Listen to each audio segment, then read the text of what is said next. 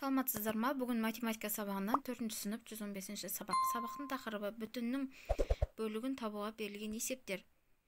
Бірінші тапсырма: бөлшектерді өсу ретімен жаз. Сонда сен ауаны қорғау тәсілдерін бірін білетін боласың.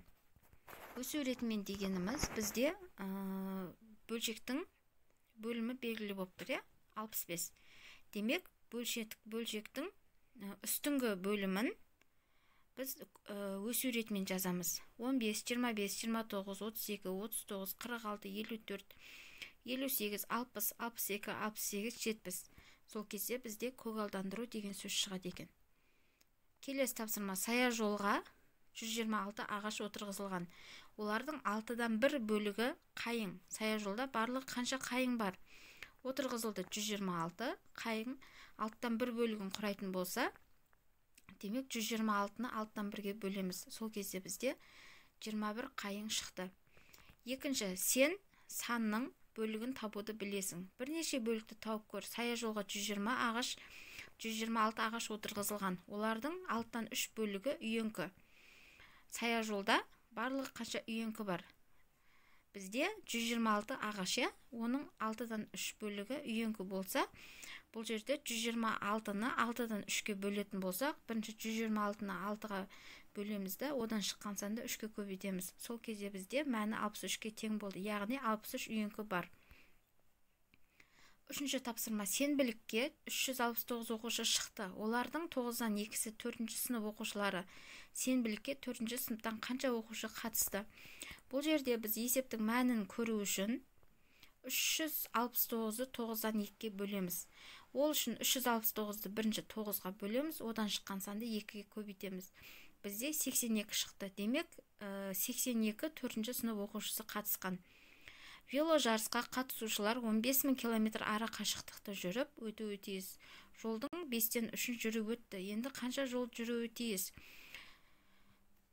Бірінші 15.000-ның 5-тен 3 бөлігін тауып аламыз. Ол үшін 15.000-ді 5-ке бөлеміз, одан шыққан санды 3-ке көбейтеміз. Бізде 9.000 шықты. Жүріп өткен жол. Жүріп өткен жолды 15.000 километрден жүріп өткен жолдың километрін алып тастаймыз. 15.000-нан 9.000-ды алып тастасақ 6.000. Демек, 6.000 километр жол жүруі тиіс екен. Келесі тапсырма: пайызды бөлшек түрінде есепте. Біз алдыңғы сабақтарда пайызды табуды өткенбіз. Сол есептерге қарап, осы тапсырманы орындаймыз. 4800 теңгенің 2%. Бізде барлығы 100% деп есептелінеді.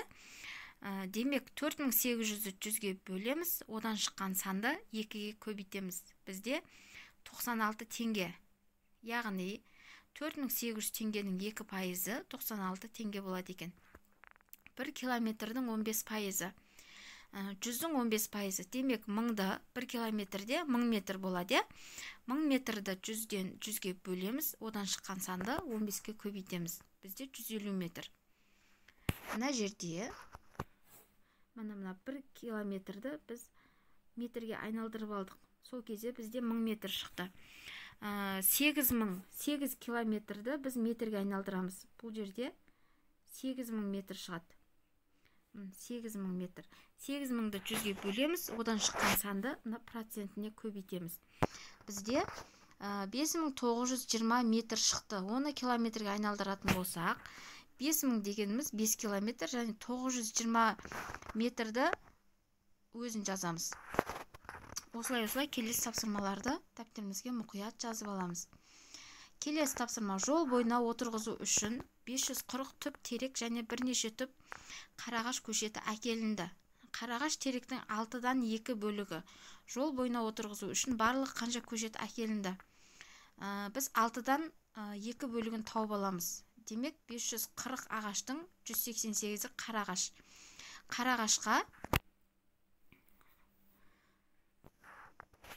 Қарағашқа және 540 түпті қосамыз. 540 түп теректі қосамыз. Сол кезде 720. Қарағаш пен теректің қосындысы 720-ға тең екен. Келесі теңдеулерді шеш. Бұл жерде өте оңай есеп берілген. Теңдеу. Бізде есептің бөлімдері бірдей болса, біз бөлшегін қосады екенбіз. 5 пен 2-ні қосамыз, сол кезде 7 деген сан шықты. Барлық жерде сондай. Амалда ауыстыратын жерде ауыстырып жазамыз. Мысалы, мына 19z азайту 19-дан 7 тең 19-дан 11. Бізде бөлімі бірдей болып тұр, демек бізде бөлшегін қосамыз. 11 мен 17-ні қоссақ 18 деген сан шықты. Дәптеріңізге мұқият жазып аламыз. Келесі тапсырма: амалдардың орындау ретін анықта және есепте дейді. Бізде бірінші есептің мәні 354-ге тең болды. Екінші есептің мәні 1.494.467-ге тең болды. Мынау үшінші есептің мәні мына жерге дейін, ал мынау төртінші есептің мәні мына жерге дейін. Келесі тапсырма: саябақта шырша, жөке және қарағай ағаштары өсіп тұр. Қарағай мен жөке бірге алғанда 400, қарағай мен шырша 300, шырша мен жөке 440 ағаш. Саябақта қайсысынан қанша ағаш бар? Енді шырша, жөке, қарағай деп тұрмыз, Бұл жерде қарағайдың саны 130-ға тең, жөкенің саны 270-ге тең, шыршаның саны 170-ге тең болды. Келесі тапсырма: балалар жасыл бұршақ дәнін өсірді. Бақылау нәтижесін олар кестеге жазды. Кестедегі мәліметтер бойынша дәптеріңе график сыз. Біз график сыздық. Төмен жақтағы графикте күндер жазылған, жоғары қарай өсуі миллиметрмен жазылған. Бізде 0 күнде ешқандай өскен жоқ. 0 күнде жоқ. Бізде екінші күні 6 миллиметр өсті. 6 миллиметр өсті. Үшінші күні 9 миллиметр. Және төртінші күні және 9 миллиметр. Мына жер 9 миллиметр. Бесінші күні 12 миллиметр. Мына екі жер, мына ортасы. Алтыншы күні 13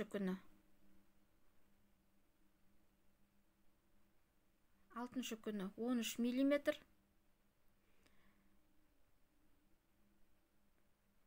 Мына жер 15 екен. 15. Жетінші күні тағы да 15. Сегізінші күні тағы да 15. Тоғызыншы күні 18. Және 10-шы күні бізде 21 миллиметр өсіп шыққан екен. Келесі тапсырма: қайта салынған жолдың ұзындығы 126 километр. Жол шетінің 9-дан 2 бөлігіне ағаш отырғызылды. Тағы жол шетінің қанша километріне ағаш отырғызу керек? Біз бірінші 9-дан 2 бөлігін тауып аламыз. Ол кезде 126-ны 9-ға бөлеміз, одан шыққан саны 2-ге көбейтеміз. Сол кезде бізде 28 километр жерге ағаш отырғызу керек екен. Келесі: егістіктің ұзындығы 15 километр. Ені ұзындығының 5-3 бөлігіне тең. Егістіктің ені қаншаға тең? Егістіктің ауданы мен периметрін тап. Енді біз бірінші 5-3 бөлігін тауып алуымыз керек. 15 километрдің. 15 километрдің 5-3 бөлігі 9 километр. 5-3 бөлігі 9 километрге тең.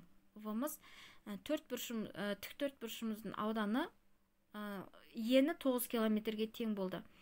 Енді мына ені 9 километрге тең болды. Келесі ауданын табу үшін біз ені мен ұзындығын көбейтеміз. Бізде ұзындығы белгілі 15 километр. Енін таптық 9 километр. Демек 15-ті 9-ға көбейтеміз. 135 километр квадрат ауданы шықты. Енді периметрін табу үшін ені мен ұзындығының қосындысын 2-ге көбейтеміз. 24-ке 2-ні көбейтеміз. Сол кезде бізде жалпы тіктөртбұрыштың ұзындығы 48 километрге тең болды. Бүгінгі сабақ балалар осымен аяқталды. Каналға тіркеліп колокольчикті басып қойыңыздар. Сау болыңыздар.